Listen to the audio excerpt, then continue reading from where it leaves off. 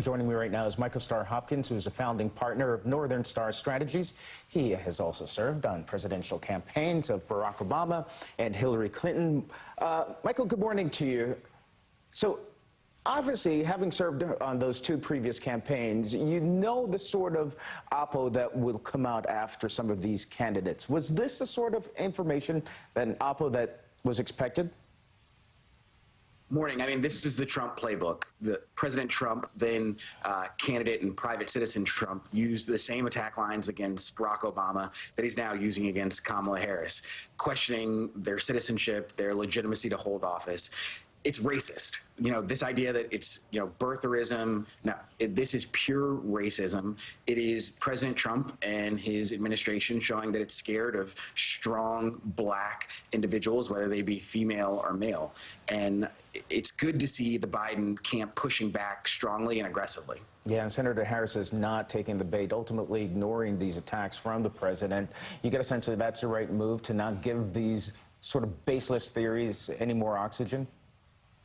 You've got to give them a balance, because to some degree, the ignoring of those accusations during Barack Obama's presidency gave them some legitimacy, even though it shouldn't have.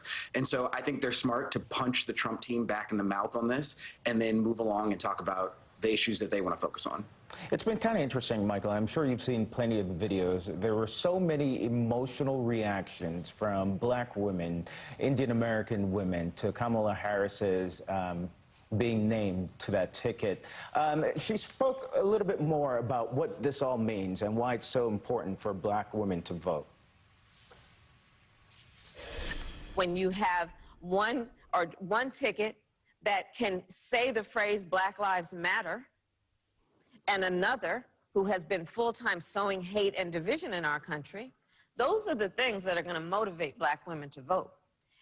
There will be a point of pride. I don't want to have any false modesty about a black woman being on the ticket, but it takes more than just that to motivate black women to vote. But they did raise quite a bit of money after she was named to the ticket, some $48 million in 48 hours, and it did cause all of those emotions and inspiration for many black women across the country. Black women have been the most consistent Democratic voters over time. I couldn't help but think about my mother, a single parent who raised me while going to law school, or my grandmother, someone who was the first high school integrated class in D.C.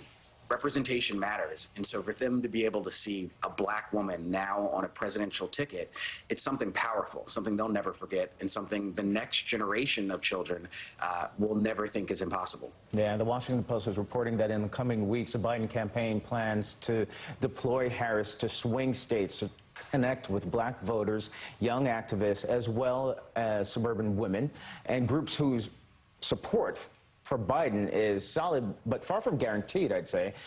You get a sense that Harris will be able to rally those key voting blocs. I mean, she tried it as a presidential candidate. It didn't work. Why would it work now?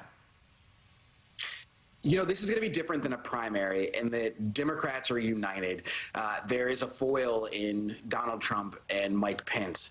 And so what you see is the party rallying around together, and Democrats rebuilding the Obama coalition, which was African Americans, Latinos, suburban women, and college-educated men.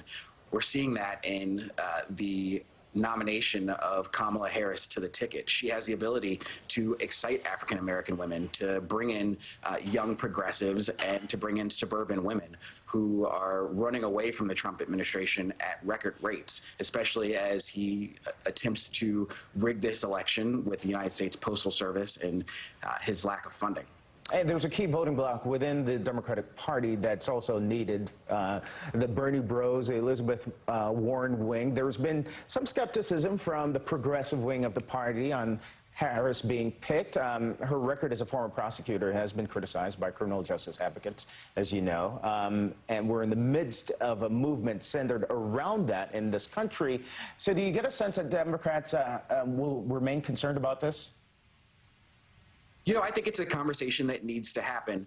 As a former Manhattan public defender, I know what it's like to work with prosecutors, and prosecutors have a unique insight to the problems that affect our justice system every day. I think Kamala Harris's unique perspective is something that will be a positive to the Biden campaign and something that they can use as an insider's perspective. And so I think that leaning on that and allowing it to be a positive and not allowing the Trump campaign to turn it into a negative is something that Kamala Harris and her team have to aggressively push and aggressively respond to.